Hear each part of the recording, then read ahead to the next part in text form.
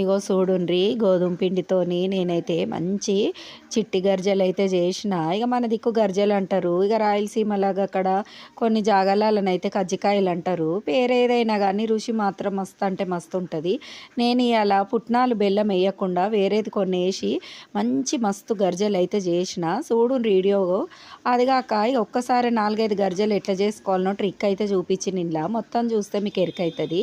ముందుగా అలా చూడు పొయ్యి పైన ప్యాన్ పెట్టుకొని ఇక నెయ్యి వేసుకొని డ్రై ఫ్రూట్స్ అయితే వేసుకోవాలి. అన్ని తీర్లు వేసుకోవచ్చు మనకి ఎన్ని ఇష్టం ఉంటే అన్నీ.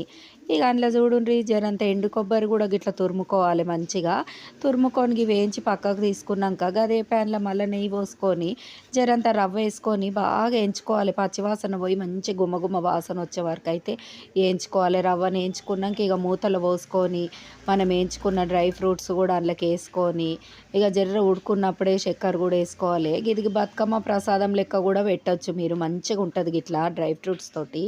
సరేనా మరి. ఇక అది పక్కకు పెట్టుకున్నాక చూడుండ్రి ఇక మంచిగా ఒక పిండి ముద్దను తీసుకొని మంచిగా రొట్టె లెక్కనైతే చేయాలి. గిట్లా గోధుమ పిండితోని చేసి చూపిమని ఎప్పటి నుంచో అడుగుతుర్రని గీయాలైతే గిట్లా చేసిన.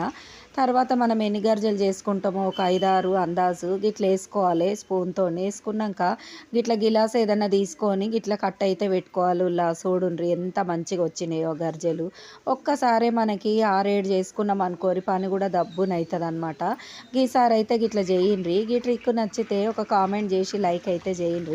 చూడుర్రి ఇక గట్లా చేసుకున్న గర్జలను గరం గరం నూనెలు వేసుకొని మంచిగా గటు గిటు గిట్లా కలుపుతూ చెంచాతోని మంచిగా బంగారు వన్నెలు వచ్చేటట్టు అయితే మంచిగా వేయించుకోవాలి.